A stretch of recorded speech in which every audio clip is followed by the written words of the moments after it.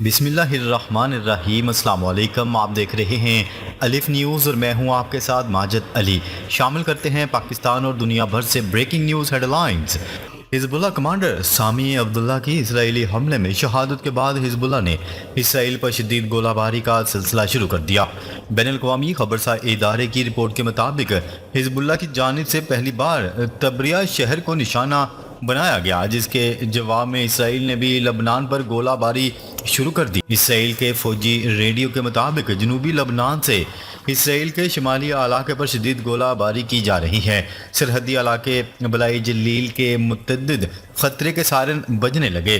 اسرائیلی فوج کا بیان سامنے آیا ہے کہ ہمارے علاقے پر شمالی لبنان سے اب تک 90 بار حملے کیے جا چکے ہیں، جن میں سے بعض کو ناکام بھی بنایا گیا ہے، جبکہ بعض سے علاقے میں آگ بھڑک اٹھی۔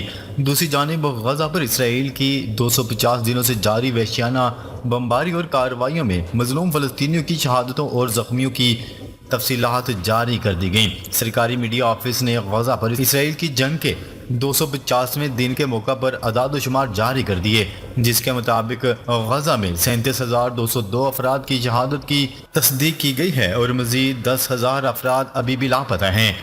15,694 بچے مارے جا چکے ہیں۔ قحط کی وجہ سے 33 افراد جاں بحق ہو چکے ہیں۔ 498 طبی عملہ جان سے گیا، جبکہ 15 صحافی بھی مارے گئے۔ متاثرین میں 70% خواتین اور بچے ہیں، جبکہ 17,000 بچے اپنے والدین میں سے کسی کے بغیر یا صرف ایک کے ساتھ رہ رہے ہیں۔ خبر کے اگلے حصے میں بات کرتے ہیں یوکرین کے صدر کی سعودی ولی عہد سے ملاقات، روس جنگ پر تبادلہ خیال۔ یوکرین کے صدر ولادیمیر زیلنسکی سرکاری دورے پر سعودی عرب پہنچ گئے، جہاں ان کا پرتپاک استقبال کیا گیا۔ سعودی عرب کے سرکاری خبرساز ادارے کی رپورٹ کے مطابق یوکرین کے صدر ولادیمیر زیلنسکی جدہ پہنچ گئے۔ قومی سلامتی کے مشیر اور یوکرین میں سعودی سفیر نے ان کا ایئرپورٹ پر استقبال کیا۔ بعد ازاں یوکرینی صدر شاہی محل پہنچے اور سعودی ولی عہد شہزادہ محمد بن سلمان سے ملاقات کی۔ دونوں رہنماؤں نے روس جنگ سے پیدا ہونے والی صورتحال پر تبادلہ خیال کیا۔ ملاقات میں زیلنسکی اور سعودی ولی عہد کی 3 ماہ قبل ہونے والی ملاقات میں امن منصوبے کو فروغ دینے اور جنگی قیدیوں کے تبادلے پر طے پانے والے امور پر عمل درآمد کا جائزہ بھی لیا گیا۔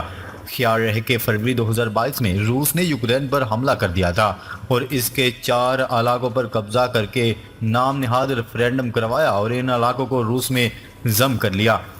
مغربی ممالک کی حمایت یوکرین کو حاصل ہونے کے باوجود 2 سال سے روس نے جنگ مسلط کر رکھی ہے اور دونوں جانب جانی اور مالی نقصان ہو رہا ہے۔ سعودی عرب کے بدستور روس اور یوکرین کے ساتھ تعلقات قائم ہیں، اس لیے وہ جنگ بندی میں ثالثی کا کردار بہتر طور پر نبھا سکتا ہے۔ خبر کے اگلے حصے میں بات کرتے ہیں غزہ جنگ بندی کے لیے حماس کی بات تجاویز قابل قبول نہیں، امریکہ نے 2 ٹوک پیغام جاری کر دیا۔ امریکہ کا کہنا ہے کہ غزہ میں جنگ بندی کے لیے پیش کیے گئے منصوبے میں حماس کی جانب سے پیش کی گئی بات تجاویز قبول نہیں۔ امریکہ کے وزیر خارجہ اینتھنی بلنکن نے دوحہ میں قطر کے امیر شیخ محمد بن عبد الرحمن ال ثانی کے ساتھ میڈیا سے گفتگو میں کہا ہے کہ حماس نے امریکہ کی جانب سے پیش کیے گئے امن معاہدے میں کچھ ترامیم پیش کی ہیں جو قابل عمل نہیں ہیں، تاہم بعض تجاویز پر عمل کیا جا سکتا ہے۔ امریکی وزیر خارجہ کا کہنا تھا کہ غزہ میں جنگ بندی معاہدے کے لیے کوششیں جاری ہیں۔ حماس کے اقدامات کے جواب میں اسرائیل کی غزہ میں جنگ جاری رہے گی۔ حماس کی تجاویز پر مصر اور قطری قیادت سے تبادلہ خیال کیا گیا ہے۔ حماس نے اپنے بیان میں کہا ہے کہ غزہ میں مکمل جنگ بندی کے لیے اسرائیلی فوج کا مکمل انخلاء کیا جائے۔ خبر کے اگلے حصے میں بات کرتے ہیں امریکہ نے روس پر پابندیوں کا دائرہ وسیع کر دیا۔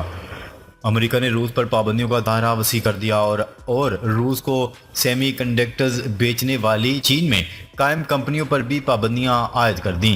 غیر ملکی میڈیا کی رپورٹ کے مطابق سائنٹیفک، دفاعی، مالیاتی، انرجی کے مختلف شعبے بھی پابندیوں کی لپیٹ میں آ گئے ہیں اور امریکہ نے روس کو سیمی کنڈکٹرز بیچنے والی چین میں قائم کمپنیز پر بھی پابندیاں لگا دی ہیں۔ امریکی محکمہ خزانہ کی جانب سے روسی شہریوں کو سافٹ ویئر اور آئی ٹی سروسز دینے پر پابندی عائد کر دی گئی، جبکہ یوکرین جنگ میں شریک روسی فوج سے جڑے غیر ملکی مالیاتی ادارے بھی پابندی کی زد میں آئیں گے۔ نہ صرف روس بلکہ ایشیا، یورپ اور افریقہ میں 300 سے زائد افراد اور ادارے ہدف بنا دیے گئے۔ رپورٹس کے مطابق روس کو امریکی اشیاء بیچنے پر بھی پابندی لگائی جائے گی۔ امریکہ کی جانب سے روس کے مالیاتی ادارے سے لین دین کرنے والے غیر ملکی بینکس کو بھی انتباہ جاری کر دیا گیا۔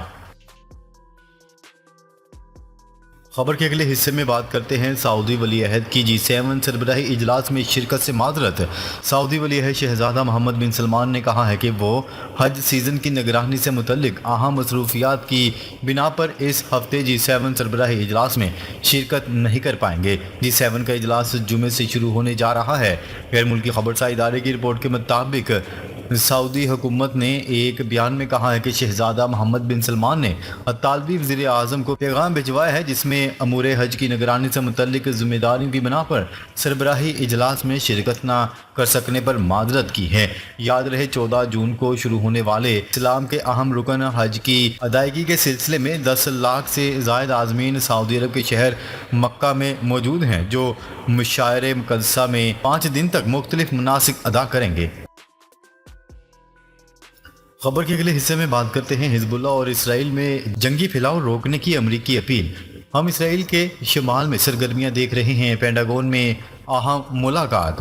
نیوز رپورٹ کے مطابق پینٹاگون نے تسلیم کیا ہے کہ اسرائیل اور حزب اللہ کے درمیان لبنانی جھڑپوں میں شدت آ گئی ہے۔ غیر ملکی خبرساز ادارے کی رپورٹ کے مطابق اس کشیدگی کو کم رکھنے کے لیے امریکی وزیر دفاع نے اپنے اسرائیلی ہم منصب سے اس سلسلے میں بات چیت کی۔ پینٹاگون کی ڈپٹی پریس سیکرٹری نے اس بارے میں تصدیق کرتے ہوئے کہا ہے کہ ہم اسرائیل کے شمال میں سرگرمیاں دیکھ رہے ہیں۔ خبر کے اگلے حصے میں بات کرتے ہیں ہندوستان کے زیر انتظام کشمیر کے حالات کشیدہ، ہائی الرٹ جاری۔ ہندوستانی میڈیا کی رپورٹ کے مطابق گزشتہ 72 گھنٹوں کے دوران جموں صوبے میں عسکریت پسندوں کے 3 بڑے حملے ہوئے ہیں جن میں 10 یاتری، 1 CRPF اہلکار جبکہ 35 یاتری، 5 سیکیورٹی فورسز کے اہلکار زخمی ہوئے ہیں۔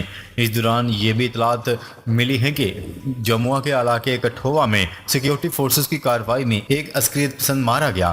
ڈوڈا کے چھترگلا علاقے میں عسکریت پسند نے TOB پر حملہ کیا جس کے نتیجے میں سیکیورٹی فورسز کے 5 اہلکار زخمی ہوئے۔ کٹھوعہ کے ہیرا نگر علاقے میں سیکیورٹی فورسز اور عسکریت پسندوں کے مابین تصادم میں ایک عسکریت پسند جاں بحق اور CRPF کا ایک اہلکار ہلاک جبکہ ایک عام شہری بھی زخمی ہوا ہے۔ خبر کے اگلے اور آخری حصے میں بات کرتے ہیں قطر کے وزیر اعظم شیخ محمد بن عبد الرحمن الثانی نے کہا ہے کہ جنگ بندی کے امریکی روڈ میپ پر اسرائیل اور حماس کا رویہ جنگ بندی کی امید دلاتا ہے۔ میڈیا کی رپورٹ کے مطابق امریکی وزیر خارجہ کے ساتھ پریس بریفنگ میں قطر کے وزیر اعظم اور وزیر خارجہ نے کہا ہے کہ غزہ میں واضح اور مستقل جنگ کے خاتمے کا مطالبہ کرتے ہیں۔ قطری وزیر اعظم نے مزید کہا کہ غزہ میں جنگ بندی کی امریکی تجویز حماس اور اسرائیل کے درمیان خلیج کو ختم کرنے کا طریقہ ہے جس کے باعث ہم اس تنازع سے بھرپور ماحول میں پہلی بار تبدیلی دیکھ رہے ہیں۔ قطری وزیر اعظم نے امریکی روڈ میپ پر اتفاق کے لیے فریقین اسرائیل اور حماس پر دباؤ ڈالنے کی ضرورت تھی جو نتیجہ خیز ثابت ہوئی۔ کیا رہے کہ امریکی وزیر خارجہ اینتھنی بلنکن سیز فائر کے لیے امریکی تجویز پر اتفاق رائے پیدا کرنے اور فوری عمل درآمد کے لیے مشرق وسطیٰ کے اہم دورے پر ہیں۔ ناظرین اب تک کے لیے اتنا ہی، مزید خبریں لے کر بہت جلد آپ کی خدمت میں حاضر ہوں گے، تب تک کے لیے اپنا خیال رکھیے گا۔ اللہ نگہبان۔